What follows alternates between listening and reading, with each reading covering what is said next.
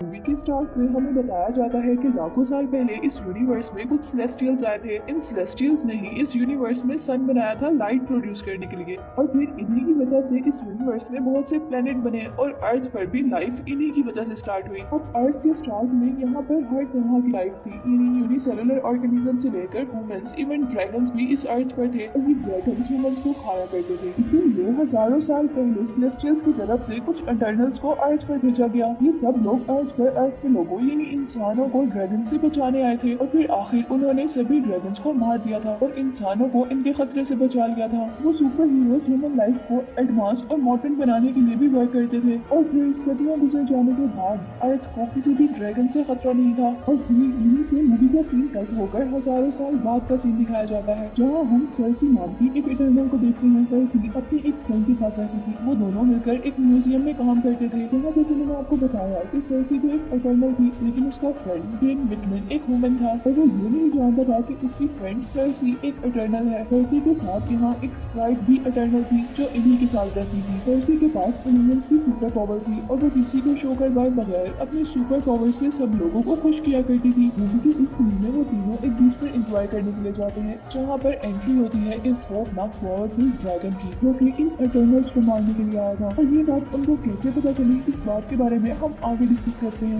और अब इसी ड्रैगन से लड़ने के लिए यहाँ पर एक और इटर्नल इकारस की एंट्री होती है। इकारस उस ड्रैगन से लड़ता है, उससे फाइट करता है, और जब इकारस उसे हरा कर मारने ही वाला होता है तो तब वो ड्रैगन वहाँ से भाग जाता है। यहाँ सर्सी का फ्रेंड भी विटमैन के देखकर काफी हैरान होता है कि यहाँ पर हो क्या रहा है। वो सर्सी से पूछता है कि ये सब क्या चल रहा है, और यहाँ पर सर्सी उसे बताती है कि हम इटर्नल हैं, और यहाँ सर्सी उसे बताती है कि हम लोग इस अर्थ पर इंसानों की हिफाजत करने के लिए आए हैं। और फिर वो लड़का उससे सवाल करता है कि जब हमारी फाइट हुई थी तो तुम लोग सब कहाँ थे, और इस बात का सर्सी से जवाब देती है कि हम तुम्हारे पर्सनल प्रॉब्लम सॉल्व नहीं कर सकते, हम सिर्फ तुम्हें ड्रैगन से बचाने आए हैं। और इन्हीं दोनों की बातों के दौरान हमें पता चलता है कि इकारस और सर्सी मैरिड थे, और उनकी शादी 5000 साल पहले हुई थी, लेकिन अब वो दोनों साथ नहीं रह रहे थे। दूसरी तरफ हम इकारस और स्प्राइट को आपस में बातें करते हुए देखते हैं। यहाँ इकारस स्प्राइट को बताता है कि अब जिस ड्रैगन से हम लड़े हैं वो सबसे ज्यादा पावरफुल है, और वो उन ड्रैगन्स का किंग है, और ये अब इंसानों को नहीं बल्कि हमें मारने आया था, क्योंकि ये बदला लेना चाहता है, क्योंकि हमने उनके पूरे जनरल को मार दिया है। और यही वो रीजन थी जिससे हमें पता चला था कि अब वो ड्रैगन इंसानों को नहीं बल्कि इटर्नल को मारने आया है, और अब इन ड्रैगन से लड़ने के लिए सभी इटर्नल्स को रियूनियन करना था। अब यहाँ से मूवी फ्लैशबैक में चली जाती है, और हमें 5000 साल पहले का सीन दिखाया जाता है, जहाँ एक सेलेस्टियल इन इटर्नल के लीडर एजैक को कुछ इंस्ट्रक्शन दे रहा था। इस सेलेस्टियल उस लीडर से कहता है कि तुम कभी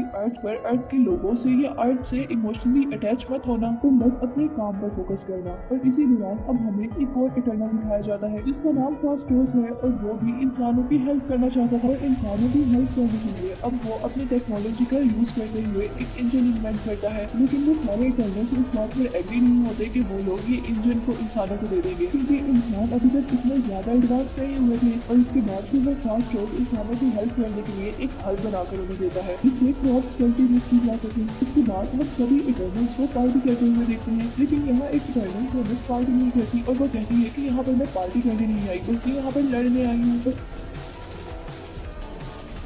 इसी दौरान हम यहाँ पर एक और इटर्नल मकारी को देखते हैं, जो ना बोल सकती थी और ना ही सुन सकती थी।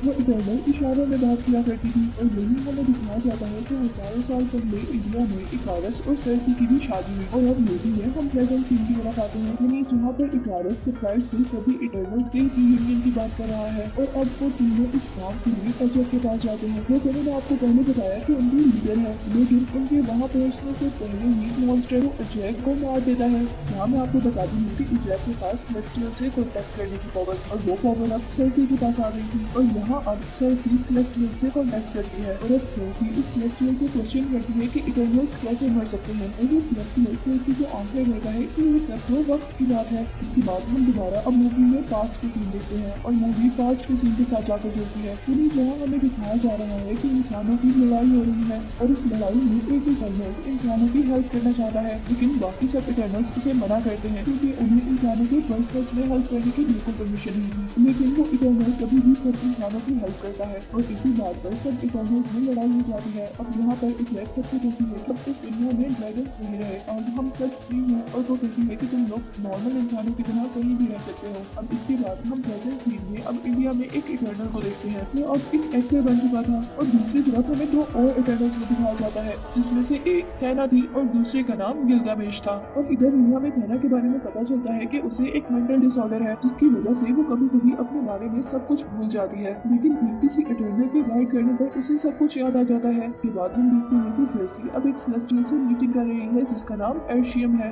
और यहाँ पे वो सेलेस्टियल सर्सी पर रिवील करता है कि उनका मेन मिशन इस अर्थ के डेविल्स को मारना नहीं है, बल्कि उनका मिशन तो इस अर्थ को इमरजेंस के लिए प्रिपेयर करना है। और अब एरिशियम इमरजेंस को एक्सप्लेन करते हुए बताता है कि लाखों साल में एक सेलेस्टियल पैदा होता है। और वो बताता है कि अभी तक अर्थ का सेलेस्टियल पैदा नहीं हुआ। यहाँ वो सर्सी पर ये भी रिवील करता है कि ये सब कुछ इस एरिशियम सेलेस्टियल ने ही बनाया है ताकि इकोसिस्टम में बैलेंस मेंटेन रहे। लेकिन वो बताता है कि वक्त के साथ साथ कुछ ड्रैगन्स मेरे हाथ से निकल गए और फिर उनको खत्म करने के लिए मैंने तुम्हें ये इटर्नल्स को क्रिएट किया। और वो कहता है कि अगर मैं इटर्नल्स को ना बनाता तो ये ड्रैगन सारे इंसानों को खा लेते और इस तरह इस दुनिया की पॉपुलेशन खत्म हो जाती और फिर अर्थ का सेलेस्टियल कभी पैदा ना होता। और वो कहता है कि ये सारा प्रोसेस अर्थ के सेलेस्टियल को निकालने के लिए है और इसी प्रोसेस को इमरजेंस का नाम दिया गया है। और अब वो सेलेस्टियल सर्सी को ये भी बताता है कि जब अर्थ का सेलेस्टियल पैदा हो जाएगा तो ये सारी अर्थ एक मरतबा डिस्ट्रॉय हो जाएगी और यहाँ पर सारे लोग, इंसान, इवन हर चीज खत्म हो जाएगी।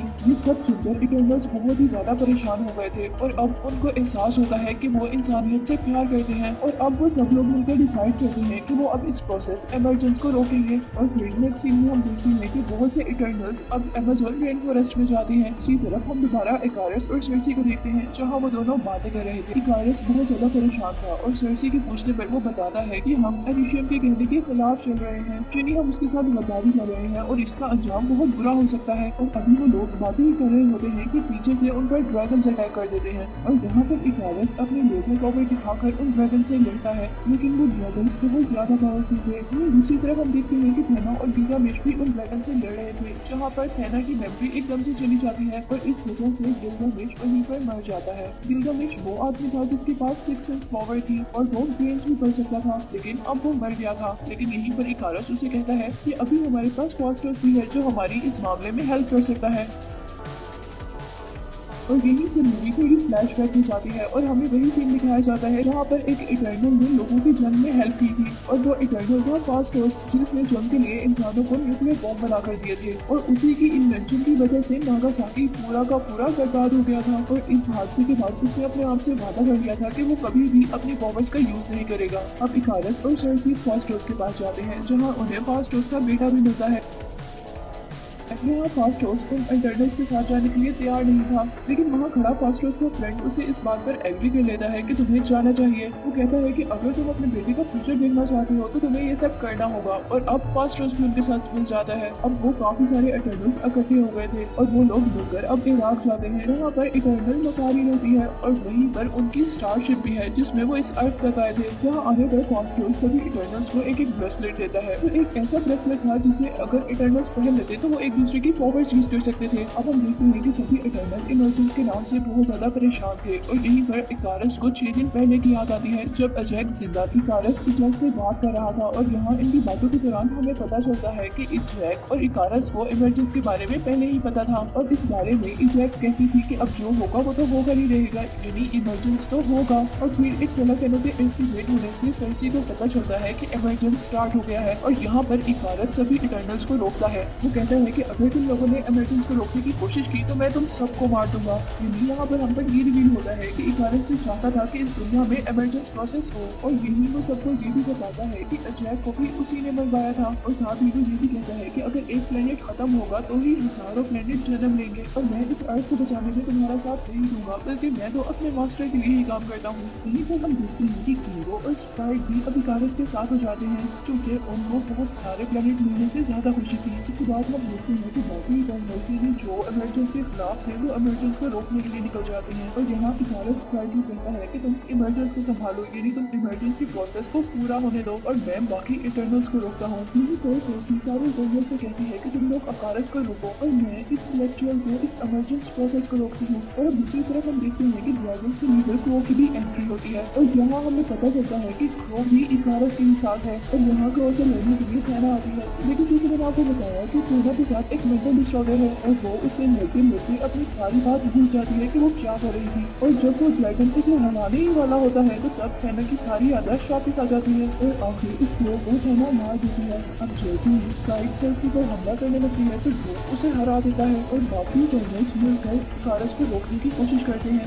इकारिस उन सबको छूट कर सर्सी के पास पहुंचता है उसे मारने के लिए, लेकिन जैसे ही वो उसे मारने लगता है तो वो उसे मार नहीं पाता क्योंकि वो सर्सी से बहुत ज्यादा प्यार करता था। और यहीं पर हम देखते हैं कि स्प्राइट और टिंगर ने भी दोबारा अपना ग्रुप ज्वाइन कर लिया था और इकारिस को भी अपनी गलती का एहसास हुआ था और इसीलिए वो भी सन पर चला गया था। तो यहीं पर स्प्राइट की रिक्वेस्ट करने पर सर्सी उसे एक नॉर्मल वुमन में चेंज कर देती है और उसकी परमानेंट चाइल्डहुड को खत्म कर देती है। अब हम देखते हैं कि थैना और मोकारी अब यहाँ से और इटर्नल्स को ढूंढने के लिए चले जाते हैं जबकि सर्सी, फोटोस, किंगो और स्प्राइट अर्थ पर ही रहते हैं। वहाँ इकारिस के जाने के बाद डेन विटमैन दोबारा अब सर्सी को प्रपोज करता है और वो अब अपनी फैमिली हिस्ट्री के बारे में कुछ बताने ही वाला होता है कि तभी सेलेस्टियल एडिशन की तरफ से सर्सी, फोटोस और किंगो को आसमान पर उठा लिया जाता है क्योंकि उन्होंने उसके साथ धोखा करके इस अर्थ को बचाने का फैसला किया था। इसके बाद तो एडिशन इटर्नल की मेमोरी से देखता है कि वुमेन जीना चाहते थे तो वो इन तीनों को छोड़ देता है। और अब मूवी के मिड क्रेडिट सीन में हम देखते हैं कि थैना, मकारी और ड्रू कुछ इटर्नल से मिलते हैं तो उनको अपनी हेल्प ऑफर करते हैं। और अब मूवी के लास्ट सीन में डेन विटमैन को उसकी पॉवर्स के साथ दिखाया जाता है और यहाँ पे उसकी फैमिली हिस्ट्री को भी हम जानते हैं और इसी के साथ एक अनसीन पर्सन उससे क्वेश्चन करता है कि क्या तुम इस सब के लिए रेडी हो, और यही दिखाते हुए ये मूवी एंड हो जाती है।